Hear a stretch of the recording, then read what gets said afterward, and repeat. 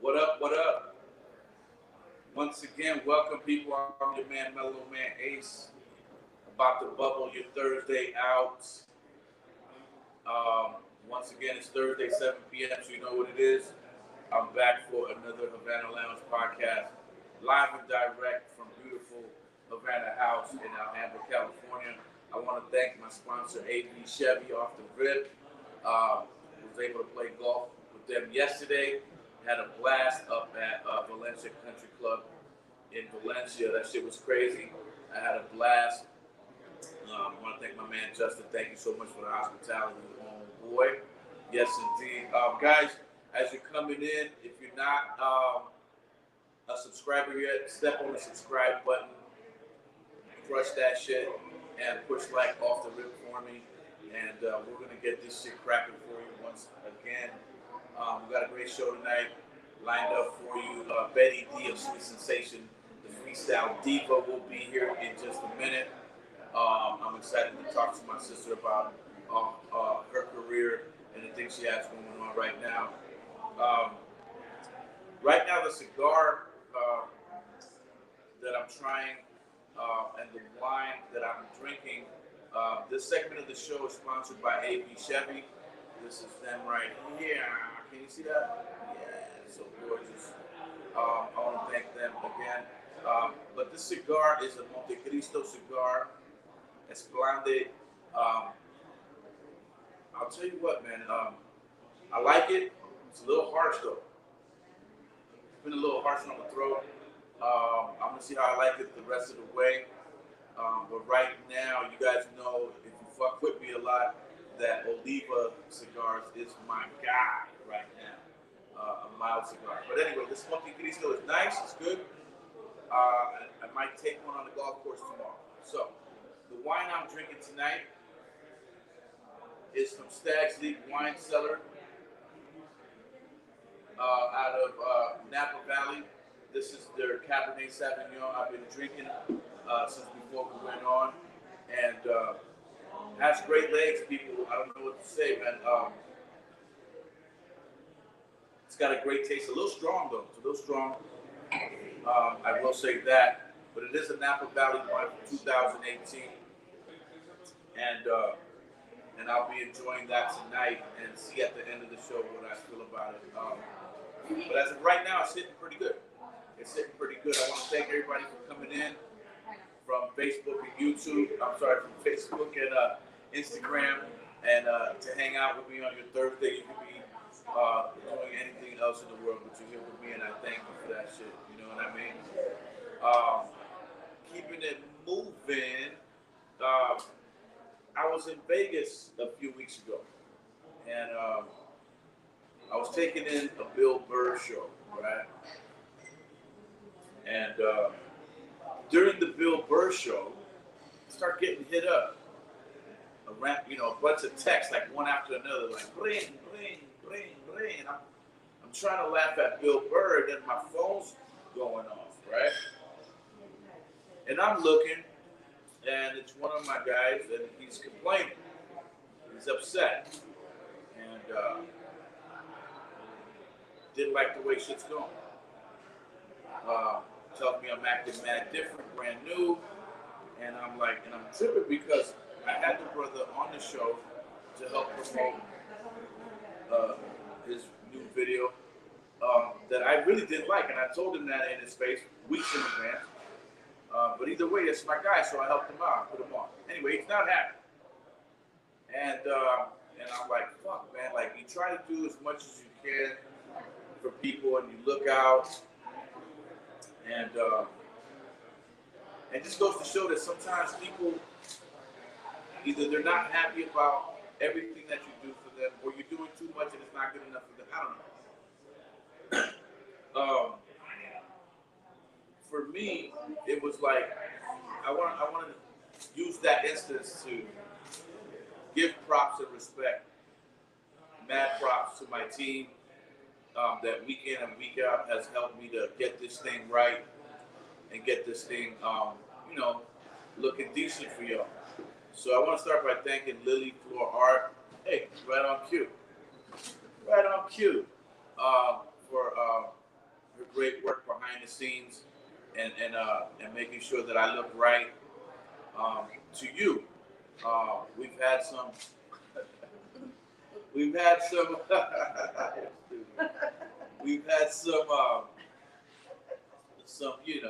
some hiccups along the way. I'm a rapper doing the podcast thing. Okay, right there. You know, and doing the podcast thing. And so we've had our moments, and I think finally we're getting it right. And moving forward, things should be as smooth as they are. All right, already. I'm sorry. Right. I'm sorry for the hiccups.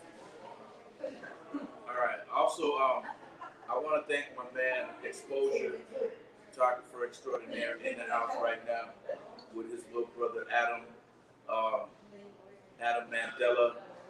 Always making the after the show videos look so splashy and so dope. And while they're here with me, giving you the best shots, and giving me the best shots that I can later use on social media and whatnot, man. Those guys have been priceless to this whole thing. Also, I want to thank my guy Ramon Valdez. This is a guy that no matter what I ask, he finds it, he'll get it, he'll bring it. Aside from being just an overall great brother. Sit down in here, man. Get in here. Please. Great brother, man. He gets to sit here. Sit down in here. Is this where the free wine is? Yeah, this is where the free wine is. Let's get him a wine glass. Can we get him a wine glass? Yeah. And all that kind of stuff. So he's been an amazing cat for me to have around. He's priceless. Another guy who is priceless to me is this guy. Without him, none of this happens. And this is my man B. Pleasy right here. I'm glad that he could finally come by 17 weeks in to sit in on his first show. But B. Pleasy is not only just an all-around great homeboy and a hell of a golfer, but he's also my business partner. And so I'm glad that you can sit in right here so I can say thank you in person and whatnot, man. This is just a priceless dude. As you can see, just giving props where props is due. And so that we can keep moving into the future. We have some amazing things moving forward. I want to shout out my man Blue at Cannabis 101 Talk. Blue has been instrumental in teaching us the ropes to podcastism, and it's been amazing learning from him. I also want to thank the newcomer to the bunch. My niece Daisy is in the house, and I want to thank her for coming through and adding on to the team, bringing what she can bring to the table, and you'll see her around us if she's not too shy to come on camera. So that's another thing there. Another person I want to thank is my Bubada, Johnny Boy, John Gonzalez. You guys know John. He owns Old Crab Restaurant. Salute, my brother. Old Crab Restaurant in Hacienda Heights.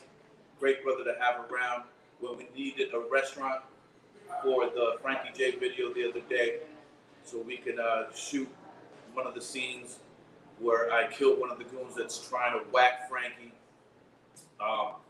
John was like, I want that here. And I think I also shot my verse there in the cigar room. So enough respect to that guy. and everybody who I mentioned. If I'm forgetting somebody, I'm terribly sorry. Oh, I also want to thank my man, Victor Sepulveda. Victor has been instrumental in bringing in people like Ryan Hunter of the Atlanta Braves, and also my man Exposure for bringing in Frank Castillo, right? What's up, man? Good, my man. Um, as you can see, it's really free here. Um, the fam is here, the team is here, and we're not uptight with none of this shit. We just do it for the love, and hopefully you can appreciate that. I want to thank everybody, you the viewers, for tapping in with me every Thursday. I see Randy Corral is back, Carlos Aranda. You should be here, but I'm gonna shout you out to my man Biggie. My man Biggie is another priceless part of this whole thing. The other day during the video shoot, I had we were in between locations, and on my way to the restaurant scene, unbeknownst to me, somebody left 2 boulders in the middle of the freeway on the 710 freeway, perfectly based to my wheel span in my BMW. And I had a guy next to me and a wall on my right. I could not swerve in either direction to get out of the way of these boulders and hit them completely head on both tires, breaking both rims. I haven't even told you about this yet. Breaking both rims and flattening both tires on my way during the video shoot. So, long ordeal is I get a tow off the freeway. Remember, Daisy, how they towed you off and left you there? They did the same shit to me, and then I had to call AAA from there. You remember that? I know you remember that shit. Yeah. I had to call AAA from there, and then find a rim shop that would not only fix my rims but have the same rims, which is incredibly difficult to do. If you had a lower car, you know what it is. Anyway, the next day, anyway, they put some Mickey Mouse tires on there, some BMW tires on there to get me home. I jumped in my Range Rover and made it to the next scene while people were still having their lunch. So how about that? Nothing can stop me. I'm all the way up, people. And another person I want to thank is my optometrist, Dr. Alex Liu, for always staying on point with me.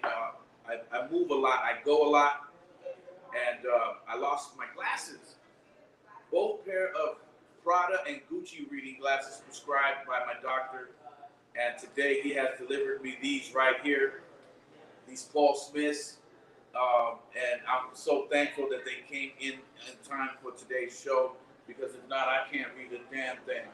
So shout out to my doctor, Alex Liu, and shout out to my chiropractor, Dr. McMesh. Now, these are the guys that make me look good, feel good on the golf course.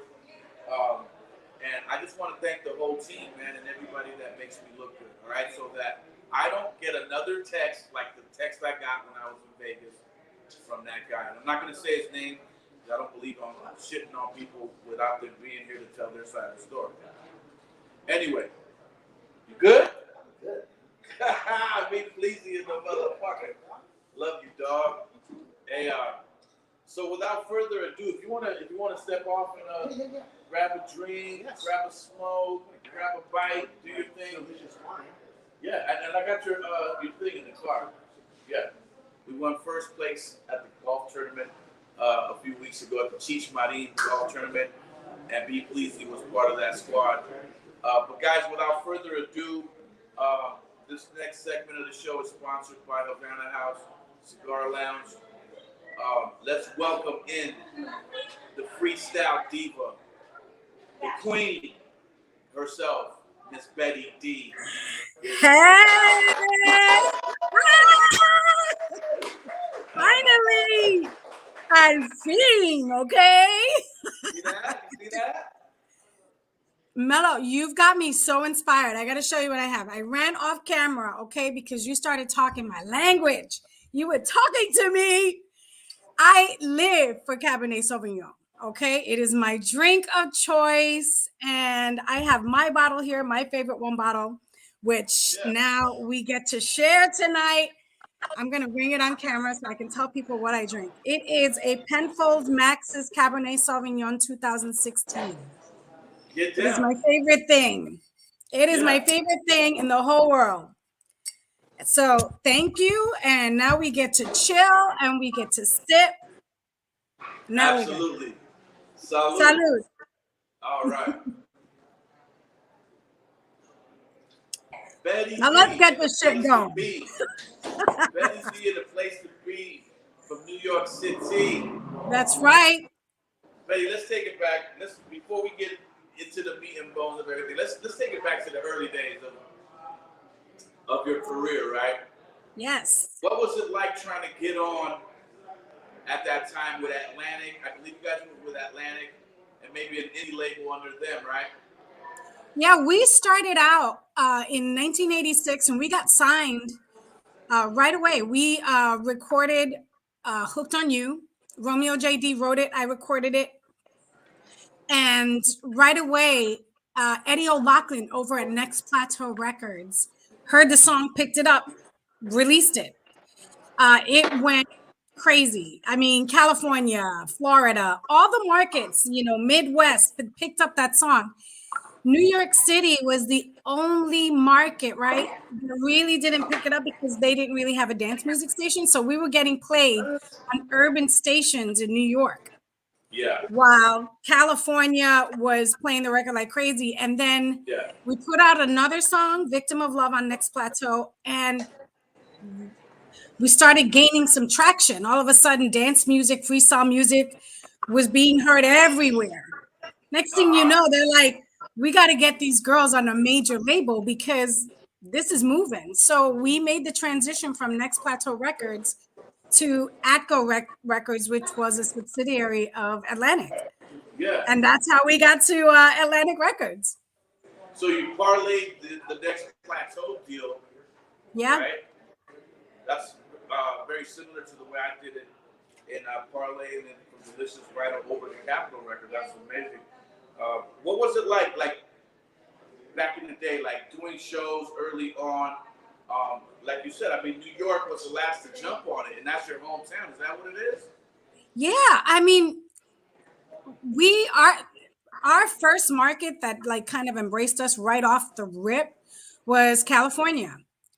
We were traveling more to San Francisco, That's Los crazy. Angeles, Bakersfield, I mean, Monterey. We were in every single like city in California before we started actually really performing in New York. And by the end of it, it was one of the last markets, but by then we had radio stations that were playing our music. New York was really all about Kiss FM, WBLS. You had a lot of R&B, urban music. Luther was heavy on the radio at the time.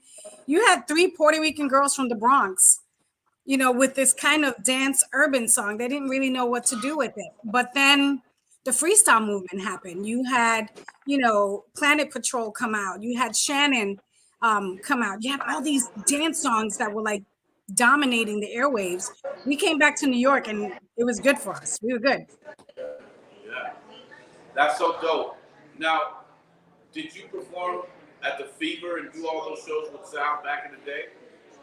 Yeah, we got to perform finally at the Fever years later. I think somewhere around 1988, 89, we finally made it to the Fever. And we had performed at clubs like 1018, Roseland, Heartthrobs. I mean, we were regular performers at these clubs in New York. And, it's kind of crazy because you're like 17, 18 years old. You got a hit record on the radio. You're touring all over the country. I mean, we were living the life. Yeah. What part of the Bronx you from? I lived right by Morris Avenue on Finley Avenue and 166th Street, right near Grand Concourse.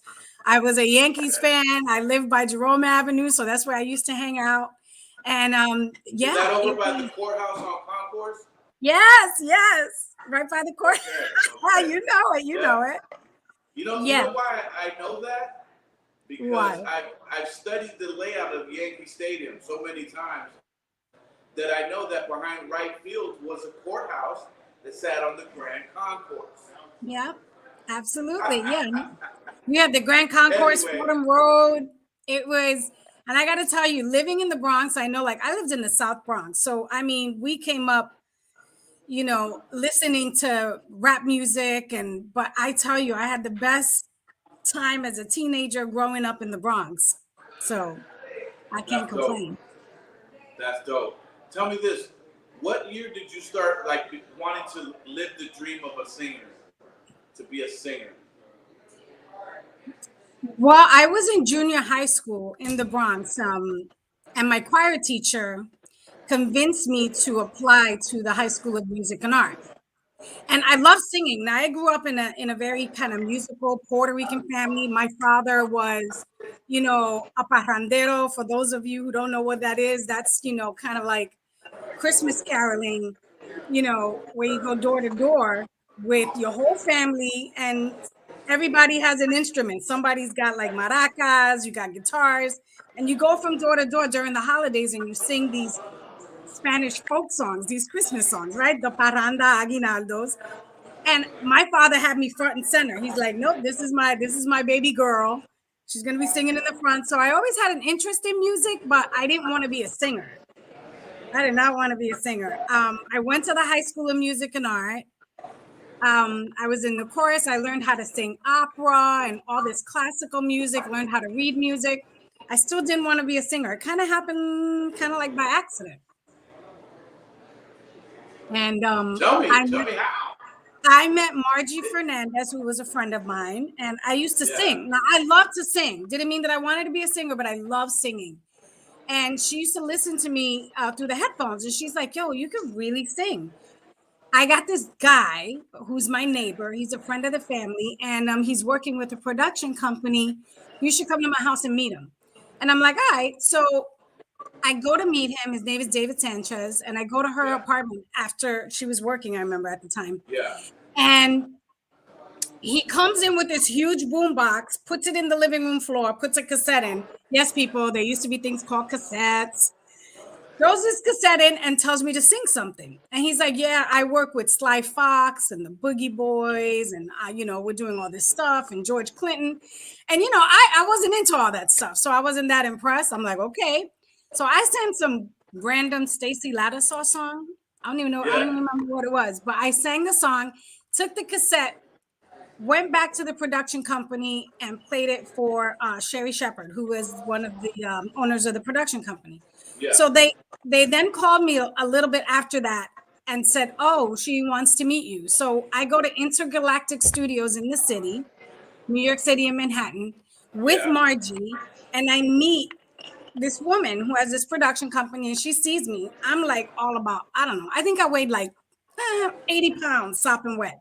I was this skinny little thing with crazy, frizzy Puerto Rican hair. It was like I didn't even know anything about fashion.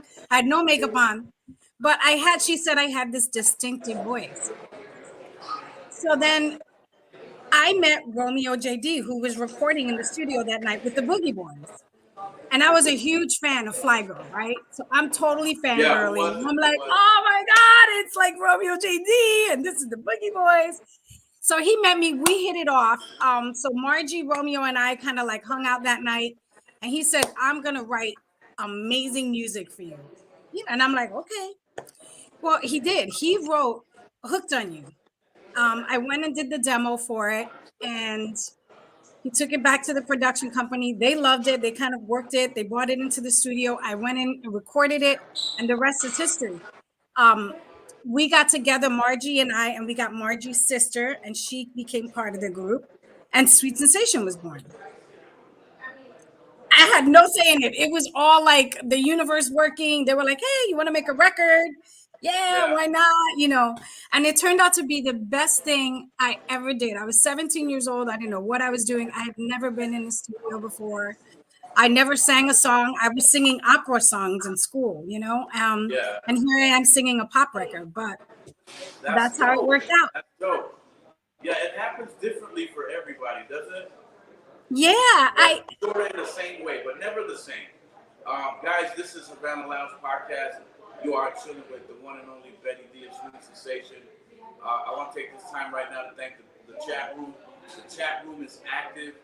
I want everybody in the chat room to get your questions ready for Betty, and we'll come to some of those in a little bit. Okay, so get your questions ready. I see Oscar Ramirez in the chat room, Eddie Estrada is in the chat room, Johnny Lopez is in the chat room, Tony Hurtado always with us on a Thursday. So so tell me this, man. Let me take it back a little. Well, let me bump it up a little bit to take it back. We just came out of. I saw you at a concert. We were fresh out of the COVID-19 lockdowns Yes. and all that, right? I saw you at the Freestyle concert. Hadn't seen you in a while. But tell me, for you during COVID, what was some of the things that you did to help keep you sane as a creative person? I did stuff like this. I actually I became more involved in kind of talking to people through video chats. I was out there more. Usually I'm more of an introvert, believe it or not. I know you saw me perform and I'm nothing like that. I'm more of an introvert. I kind of keep to myself. I like quiet time. I like to recharge. But I was putting myself out there. I started to get on my friends' podcasts and people that I knew. I started working with other people and doing work with advocacy groups and kind of helping people out, kind of putting myself out there aside from music. Just kind of went to left field and I realized that I wanted to do things for people, not announce it and make big announcements and be, online or on social media, but the back end of it, kind of helping people out. I found that I wanted to be an advocate for Latinos and talk about, issues that came up. And so I kept myself busy. I danced a lot. I listened to a lot of music. I was home for a long time, but I got to reach out through this platform. And this is the best thing that I think came out of it. Oh, give me a second. Just right over here, right over here. That's all right. I'll take a sip. Hold on.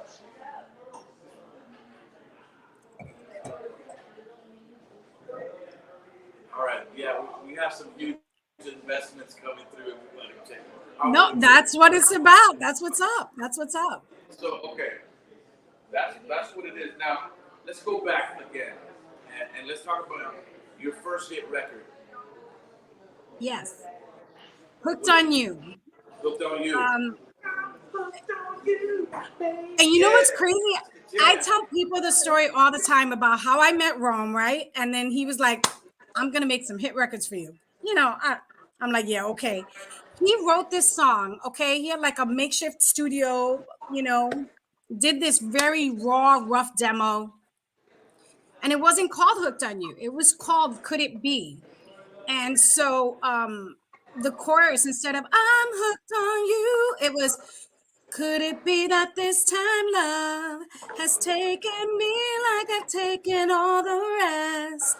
Could it be that this time love? And that hook wasn't strong enough. So when they took it to the studio to actually record it, David Sanchez was there. Our producer, Ted Courier, was there. Rome and myself. We had Audrey Wheeler doing backgrounds. And then they came up with I'm hooked on you. I was like, that is a hook. Now that is a hook. And the song was born from like all these ideas. And let me tell you, I sing that song on stage now. And being 17 and recording that song in the studio, most people are like, how do you even sing it? Because I had not even gotten my singing voice yet when I even recorded that song.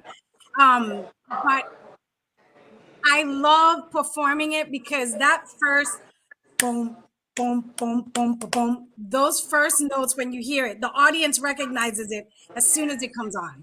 And it's my baby, it is my baby. I can't say enough about it.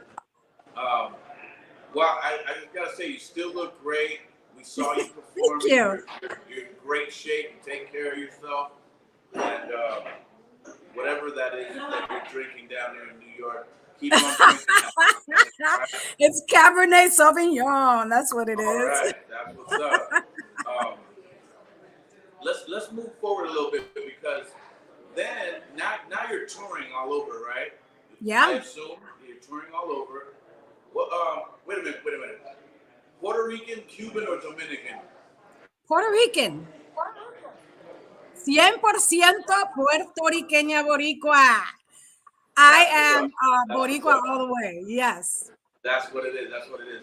Okay, so now you're touring all over the world and you're doing your damn thing. The crew's hitting. I remember I came into the business in '87. You guys Mhm. were already doing your thing, and I think I didn't meet. Probably met you around '89, '90. Yes. I wasn't Because touring that big yet. we started doing tours together. Correct.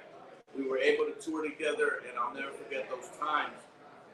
Tell me this. So now in 1990, if dreams could come true, you guys come in a whole different way. Yes. We had Whose when we idea was that? recorded to do the If Wishes Came True. Yeah. Well, we had the first album. Off the first album, we had Hooked on You. We had released Victim of Love. Take It While It's Hot came off of the Atco label. That was the first song off the major label. Take It While It's Hot, Sincerely Yours, Never Let You Go. Those songs did so well on the dance charts. I mean, it kind of solidified who Sweet Sensation was, right? So then we were like on this high. We were on the road all the time. I mean, literally that album, that first album I recorded while I was on the road. I would fly back home, record a song, go fly back out. I mean, it was crazy. It did so well, but then when it came time to do the second album, radio was changing. So there was a lot of pop music that was out.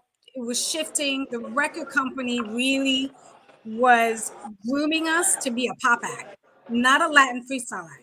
You could tell by the change in the direction, the change in who we used as songwriters, who we used as musicians. Um, we had Steve Peck produce some of the album as opposed to just Ted Courier. And so Steve Peck had this vision to get us crossed over to the pop mainstream market. And so they thought that it was a good idea to get kind of like a nice rock inspired ballad to put on the album. So we wound up putting two on the album. If Yeah. Wishes Came True was one, but my other favorite ballad was on that album called He'll Never Know. So yeah, they were grooming us pretty much to be like a pop act, which is crazy because you know what? In this time in an age, it would have been great if Sweet Sensation was the breakout Latina group. You know what I mean? Like deep in my heart, my soul, I wanted to be a breakout Latina artist, and they were grooming us to be more of a pop group. And that's just me kind of keeping it real, you know? So that's how it came about, but it became our number one song, and we got to tour from it. We got exposed to so many new markets. I mean, we were performing in Dubuque, Iowa. I'd never been, and I never performed in like this huge barn like Yeah. setting in a place called Dubuque, Iowa. But that we did it. We got to travel all over from the success of that record. What TV shows and whatnot that we might remember that you guys were on? You We know were when you were on, hitting the well, circuit with those levies, we and it did got you so many on shows. I mean, bandstand. my favorite one was Dick Clark's Rockin' New Year's Eve. That I got to do that because you know what? Every New Year's Eve before, I would sit in front of the TV and watch the ball drop and watch Dick Clark.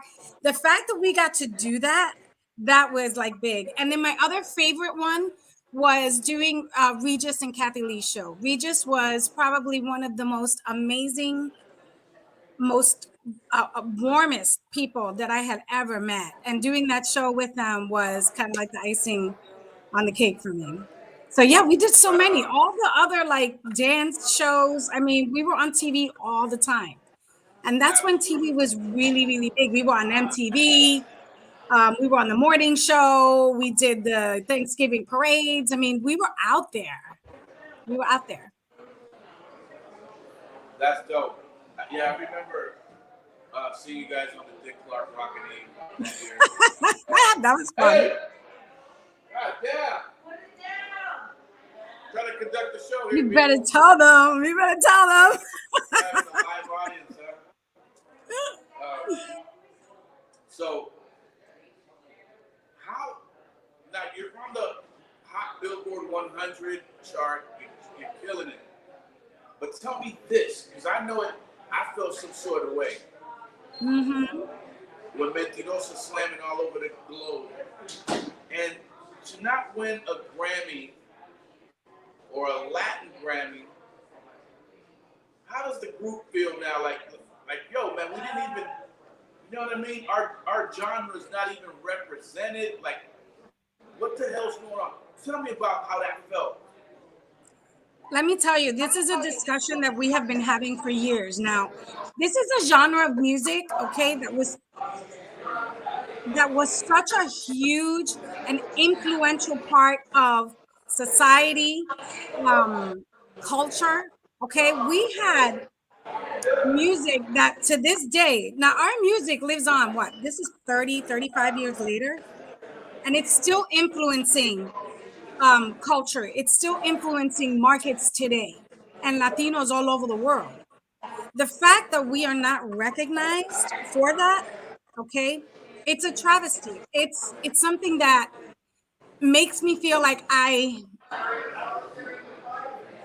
like all the work that we did to carve out that niche, okay, and the pride that we instill in our culture is not recognized. We don't feel recognized that we did all of that. And it is a huge genre.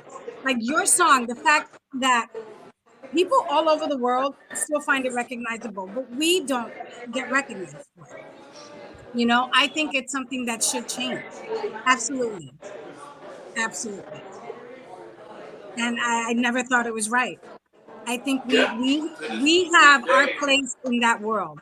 And I thought that that genre deserved its own recognition. And it didn't. absolutely. I mean, the freestyle genre has spawned so many hit records um, over the years. When you consider all the great artists like Stevie B, Lisa, George Lamond, and the list goes on. Johnny O, Stacy Q, Shannon. I mean, the list goes on and on. There's And so many. And there's it's so so many big. great records. And Yeah, it's so huge. It's not just, one small group. It is a lot of us. And the amount of talent and the amount of contribution and the impact alone that it made, that it's unrecognizable. It's heartbreaking. It's pretty heartbreaking to see that.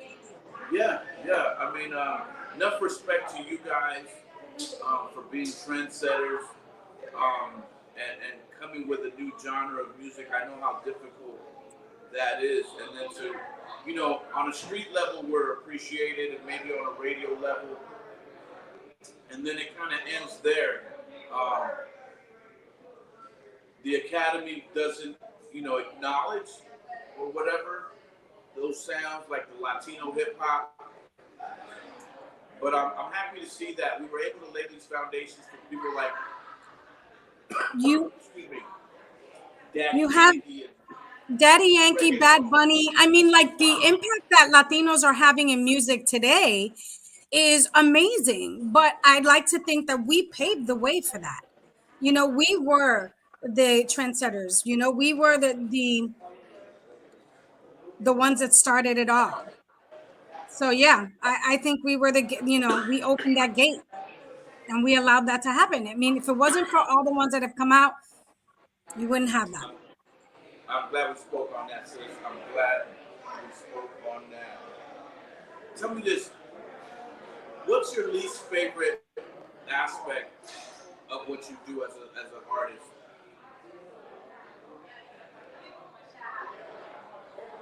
My least favorite, that's always been the case, is I've never liked being in the studio. Like to be, I don't know if it's maybe I was like a closet, like claustrophobic or something, but I was never really that comfortable singing in an enclosed area. My favorite thing to do more than anything in the world is to be on the stage with a mic in my hand and feeling Yeah, free. The whole aspect of recording in a studio was never my thing. It always was such a long process, long nights. Um, and then I was so young when I started recording that I was really naive about how things work. I didn't understand how to work an engineering board or a soundboard. I didn't know a lot of the music part of it. I just felt like I was in there to sing a song and then I was left. Okay, your work is done. You could go. You know, it was kind of like a little factory kind of thing. I think now today it might be different. But the other thing that I don't like, and there's maybe only two, um, you get a lot of crazy people. You get a lot of crazy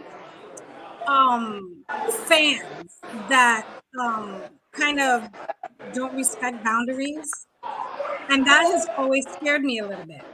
And that's the only part I don't like about it is that I don't like the weirdos that come out from all of this and they kind of like, yeah, I'm not big on that. I'm not into that. Right on. That's why I'm an introvert. I stay home. Okay, well, let's switch that around. What's your favorite part of what you do? Being on stage, there's nothing like it. I get to turn into a totally like different person. I have a very crazy, bubbly personality, but when I'm on stage, I'm free. I am free. I can do whatever I want. I have tons of energy, so I can just connect with the audience and the fans, and I can do what I love. And that right there is what I love. I love to perform. Word up, word up. I couldn't agree with you more. Couldn't agree with you more.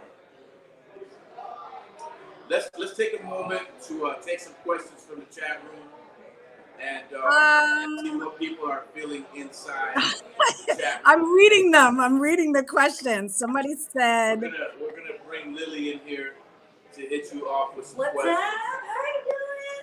"Hi, Lily." Okay, where am I? Okay, hey, I have to cut it off. Okay, Hey. Okay, so we have in the chat room comments.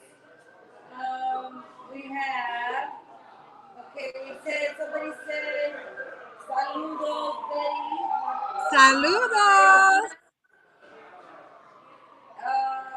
Questions. I'm getting there. Any questions? Here it is. Right here. Question for Betty Dee. You look great. What's your secret? What do you do for workout and eat healthy? Damon Lee. Hi, Damon. Thanks for the question. And thank you for the compliment. Oh my gosh, thank you. My secret is happiness. My secret is to wake up, make a choice, be happy. And if your heart is happy and your soul is happy, I think everything else goes into place. Do I eat healthy? Not all the time. No, I am a Puerto Riqueña who likes her Latina food. I love chuletas and pernil, and I love eating my food. I do work out. I found out a long time ago that as I aged, I couldn't eat everything that I wanted and then get away with just, doing whatever. So I do work out, but I'm very hyper and I have a lot of energy. So my friends call me turbo feet because I never sit still. So maybe that helps me because I'm always running around, but yeah, so that's what I do. I think I work out because I like to eat. All right, good. I see Jose Lacunas wants to know what's your zodiac sign. Wait, what's my what? Zodiac sign, he said? Your zodiac sign. Oh, I'm an Aquarian. I don't know if that's good or bad for you, Jose, but I'm an Aquarian. I'm a free spirit. They want to know. I know. Is that good? Is that good? Who was that? That was Jose. Yes, I was born in February, so I'm an Aquarian. Okay. I'm all about love. That's it. Okay, here's another one. Okay, what does Betty Dee listen to in the car in traffic? Right now, okay. Biggie. Okay, so right now, I listen to Bruno Mars, Victor Manuel. I listen to salsa music, by the way. That's what I do. I love salsa music. So Victor Manuel, Bruno Mars, I love.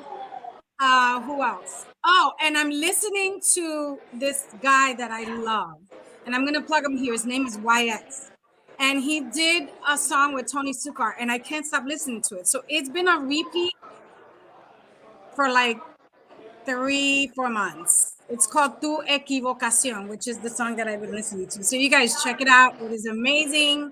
And of course, you know, Bruno Mars. Bruno Mars, Salsa, YX. How about this one right here? This one. How about this one? Hold on, I just put this one. Did you perform at Showtime at the Apollo? He thinks he's seen you on TV a long time ago. I'm not sure. 2 times we performed at Showtime at the Apollo, okay? Let me tell you, so you talk about things that you love. The first time we were really young. I think it was 1988, Mellow, right? 1988, we did it. We did Never Let You Go. I was terrified. You know, it's the Apollo, okay? So they were, you know, they gave us a good reception. We came back in 90, okay? And Sinbad was the host, and we got to perform Love Child and Bring It Back. Yeah. This is a defining moment in my career. I love talking about this. The Apollo audience gave us a standing ovation, okay, after we performed, and they got up while we performed. And when I tell you my heart was gonna like jump out of my chest, I was so, I don't know, I wanted to cry while I was singing, while I was watching the Apollo audience stand up and clap, and I couldn't even believe that was happening to us, but it did. And it's one of my most favorite memories in the whole world. I never did the Apollo, but I did do the Palladium in New York City. That was crazy. So I can only imagine. The Palladium was insane back then. We did that like every like couple of months or so. We were regulars at the Palladium. Yeah. Palladium is bananas. We did. We did a show for Hot 97 in New York, and you were on the show with us. Awesome. Thank you for sharing that. And Thank you, Derek. Tony Hurtado, what is one of your favorite freestyle jams that aren't yours? Of course, you already know of yours, but what is your favorite other than yours? I mean, interestingly enough, I don't listen to any of my songs. I mean, I perform them. It's like if you worked at like, you know, a bakery, would you eat cake all the time, right? No.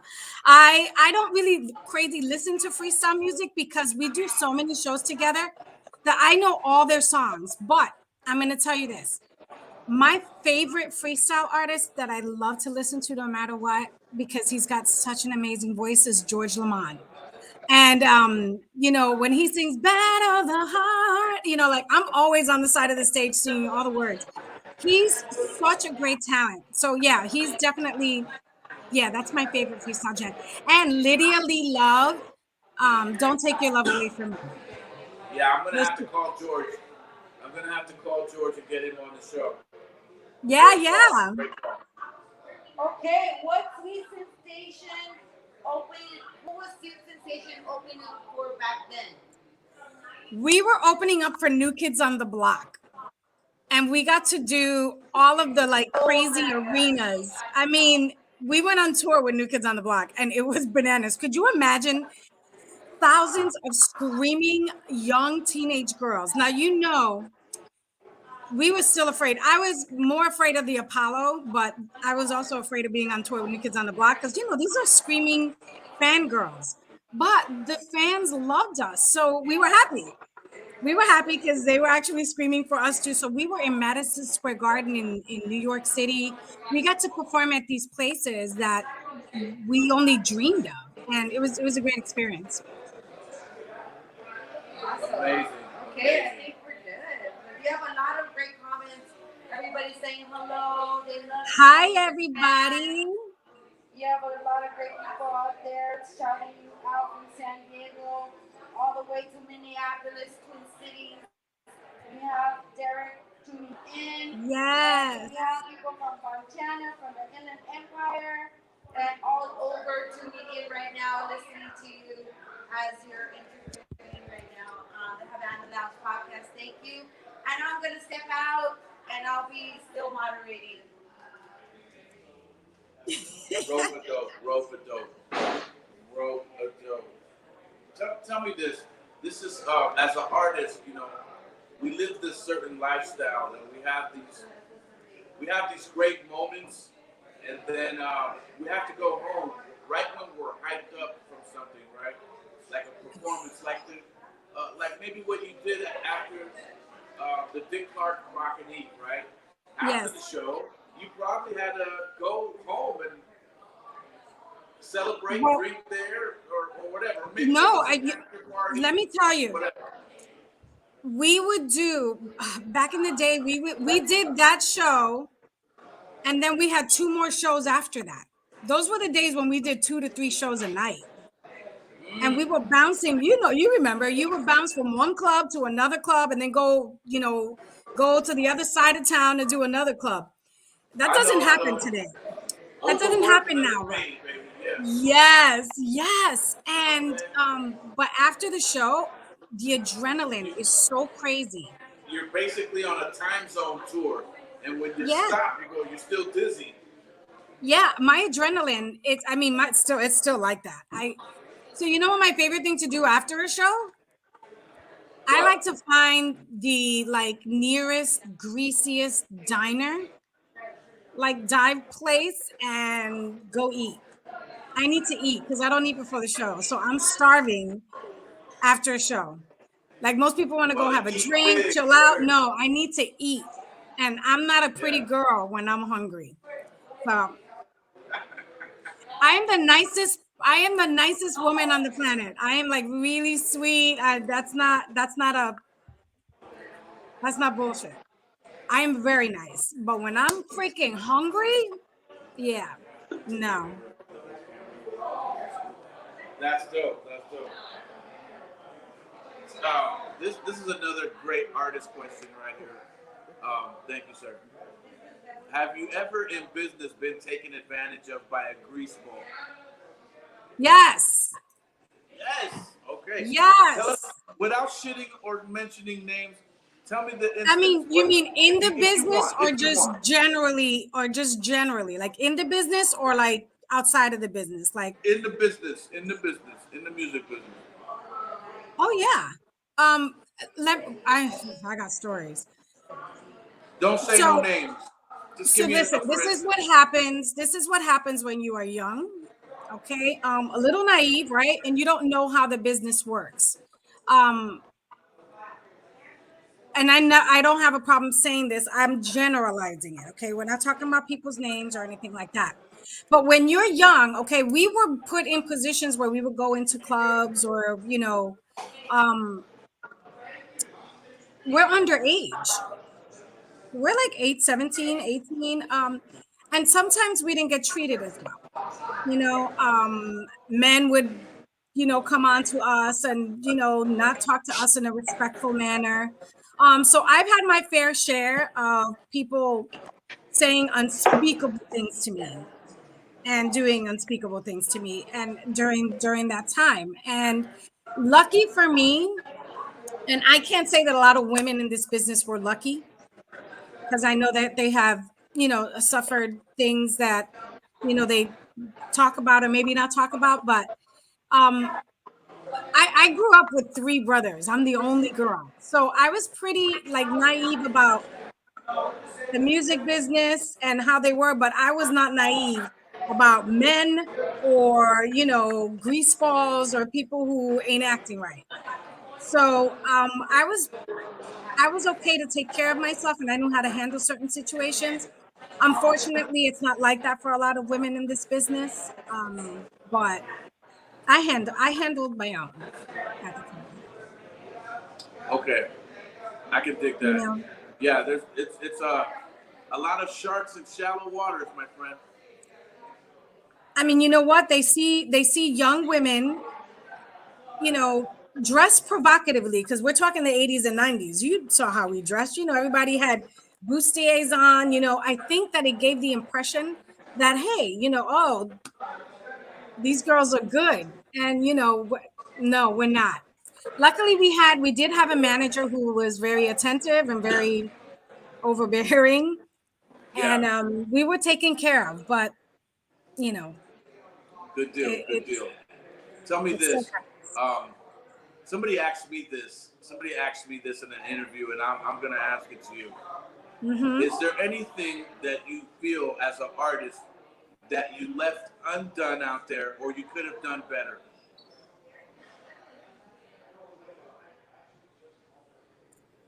Absolutely. I would have written my own music. I would have had more of a say so about what I wanted to do, and what direction the group should have taken. I would have read the contracts better. I would have not signed everything so quickly, and paid more attention. You know, I would have wanted to know that the things that I know now, I should have known Yeah. then. I would have educated myself a little bit more. Right on, right on. I wanna break away from so much serious questions here tonight, Yay! because I really want to tap into, you know what I mean, what your world is, you know. So I want to take the time to let's play a word association game. I'm gonna say Okay. a word or a name, and then you give me the first thing that pops out of your mind. All right. Okay. Okay. All right. Freestyle music. TKA. Sal Abatiello. Godfather. Godfather. Um, Stevie B. Spring Love. Great love. Right on, right on. Tour life. Amazing. Getting paid. I wish I had. You're silly. You're silly. Let's see. Let's see. Um, Lisa. Queen. Queen. True indeed. True indeed. That's dope. I appreciate you playing along and playing that game with me. No, I know a lot of people aren't. Wait, I know a lot of people get in their feelings when like people start labeling and queens and all of that. Yeah. And I'm gonna say this out here, okay? All of the artists out there who are kicking ass and just putting it out there and putting in the work, and they're all queens. Okay, so people like to make a big deal about don't label, you don't call yourself a queen and there's only one, and it's not. I say Lisa's a queen, but I also say Shannon's a queen. They're all queens. You know There what I could mean? be Those multiple queens. are the goddesses, las diosas. Okay, and if we can't all support each other in that endeavor, then put your feelings in a suitcase and go take a trip, because No, man. we don't need. In the mafia, there was 5 families. There could be 5 queens. They're Right? all queens. They're Everybody. all queens. You know what? Trinier, yourself, Stacy, all Yes. y'all. We love you all, man. That's dope. We're a queendom. The queendom is in the motherfucking house, too. Indeed. Yes, we're a queendom. Oh, come on, man. Absolutely. Have you ever felt underrated as a singer? Yes. Absolutely. Absolutely. Okay. I've always said to people when they talk about the music that we did, I was never a Whitney Houston type singer. I have a very distinctive voice and I like to perform. But I think when I was younger and I would read reviews and I would read about, oh, she's got like Right. a poppy little child voice, and it kind of, it hurt. But then I realized something as I got older, and I'm like, yo, this is me. That is who I am. You know what I mean? And there isn't a standard for, oh, they can sing or they can't sing, or you have to be this way. I learned to love myself a little bit more over the years. And I find that, did they make me feel underrated at that time? Yes. But, I feel like I made a contribution to something that was so beautiful, absolutely. so impactful, that it makes me feel good. I'm very proud of the work that I did. Now, I might not have said that 15, 20 years ago, but I'm definitely proud of the work that we did.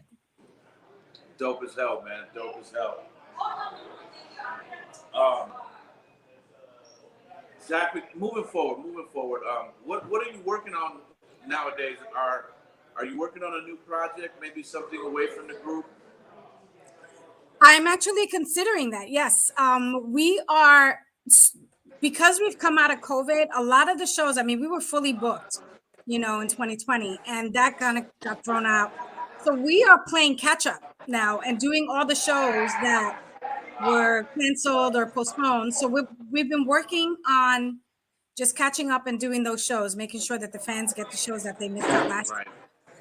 But for a long time, I have been considering doing something, but I also am kind of branching out and working on different projects for Latin advocacy. And it's a very, very important thing, and it's very close to my heart. So I want to actually get into media and do interviewing and doing podcasts. So we're working on a couple of projects now that are near and dear to my heart, and I want to give back. I've decided that it's time for me to give back to my community and do something that's fulfilling at the same time. Word up, huh? Yeah. Hold on. Let me. Somebody said, "Wait, can I answer a question?" Because you're talking about, I'm going to have another sip, and then collaborate with this guy. You heard it here first, people. That'd be sick. Hello, Mellow. We can do this. Let's do something.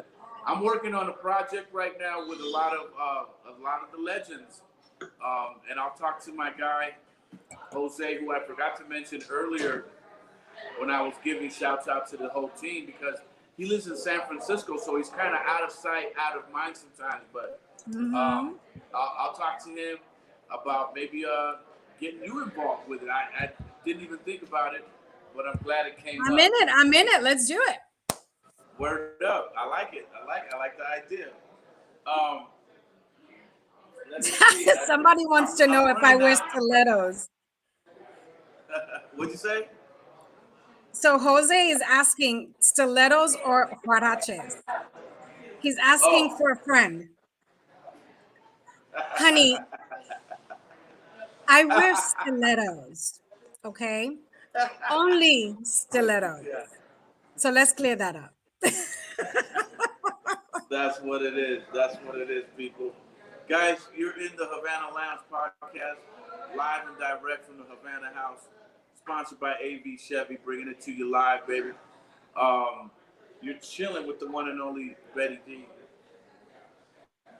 Hey, can I get a shot of Patron Silver Chill? Sure, yeah. Thank you. Guys, tell me this. This is something I want to know. All right. And I'm sure the guys in the chat are going to want to know. What does a day in the life of Betty Dee look like? Okay, let me draw it up for you. For me, I wake up around 7, go into the bathroom, wake the hell up, shake off the cobwebs, check on my dad. My dad lives with me. Then I'll run out probably to Jack in the Box, get him his breakfast by 9-ish, if I'm on point, about 9-ish. Come back, jump on the treadmill. It's now about 10, and then I'll shake off the tread. You know what I mean? Stuff like that. Run me through your day. A typical day is I get up early. I'm an early bird. Over the years I just don't sleep in anymore. But I get up. First thing I do is go to my coffee machine because I gotta have my cafecito, and I have it already set up so that I have a certain song that plays for me. I'm not going to say what the song is, but there is a song that plays when I'm not going to say now because she's going to hear me, but I just tell her good morning and then she plays this song for me. So I have this song playing. My cafecito is going. And then usually I will just meditate, have quiet time, go out and be with nature, look at the trees, drink my cafecito, and then I'm good. Then I have to stretch. So I think somebody was asking if I'm healthy or work out. I stretch every morning. So I have a long 30-minute stretching session And it's cool because you get up, you do it in your underwear, you're feeling all free, you know what I mean? It's nice, it's sexy, you know? So I do that. I don't even eat. I just go ahead, I make phone calls, I catch up. My email is really crazy. So I do emails, I do all my phone calls, I get together with the girls, I video chat most of the day. And that's how I communicate pretty much with everybody. I just video chat. I randomly video chat with everyone because I got to see everyone's faces. I take care of any of the podcast stuff that I have to take care of. And I'm out. I get in my car and I drive. I am never home. So if I have an opportunity to get in my car and leave, I'm out. I pretty much live out of my suitcase. So Yeah. I usually am traveling. So, but if I have a show that day, then it's time to be to get what I call cleaned up. I do cleanup work, do my hair, do my facial stuff, all that stuff, and get prepared for a show, which is just kind of mellowing out and prepping in my head, I guess. I don't know.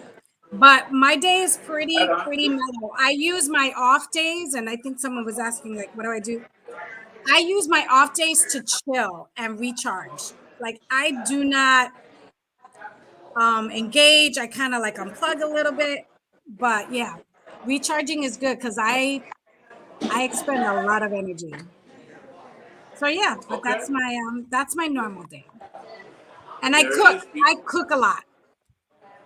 What kind of food do you cook? Puerto Rican food? Arroz Any kind of gandule. food.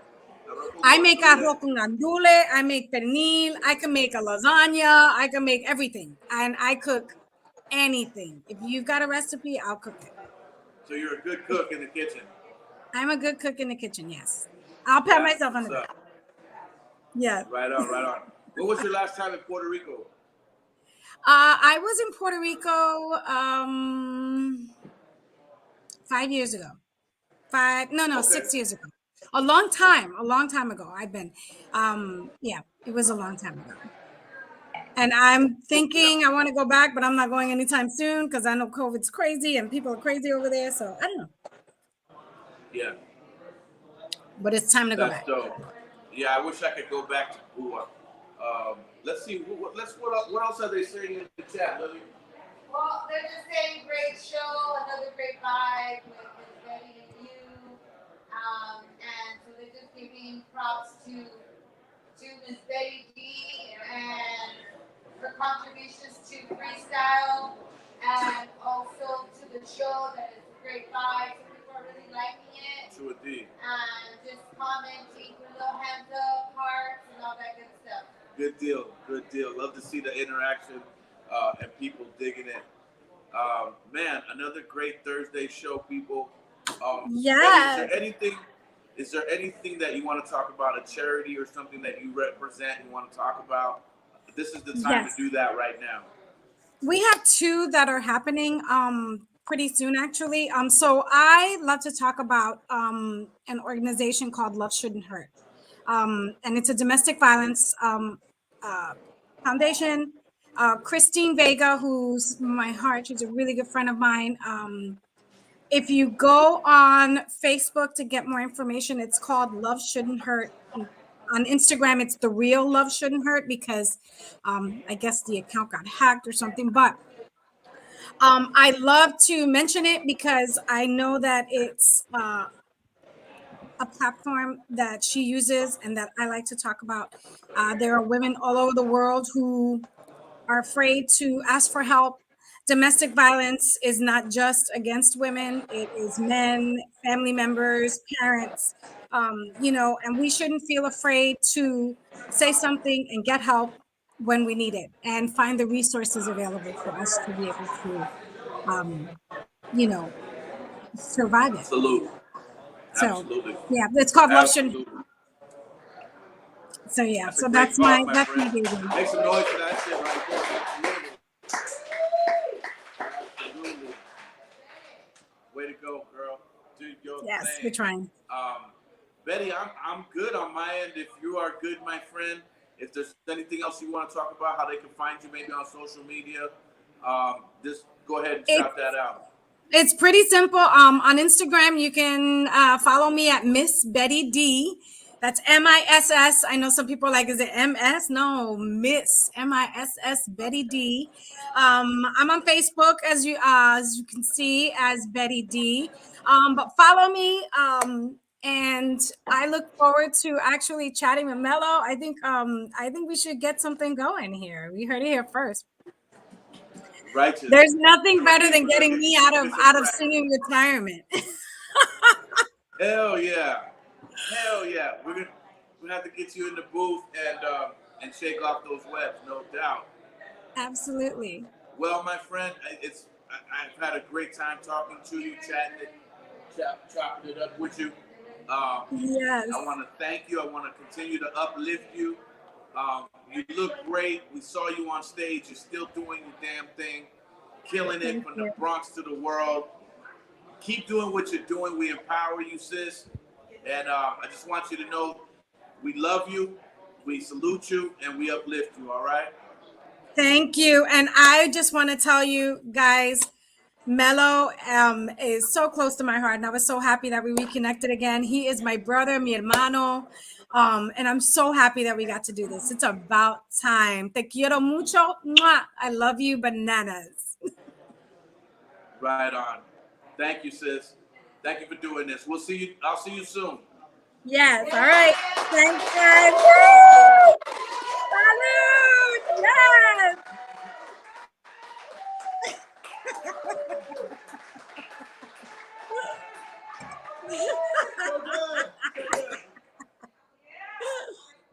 Bye, guys. Thank you all. Thank you, guys. Excellent. Havana Lounge. Yo. Put me on the single cam.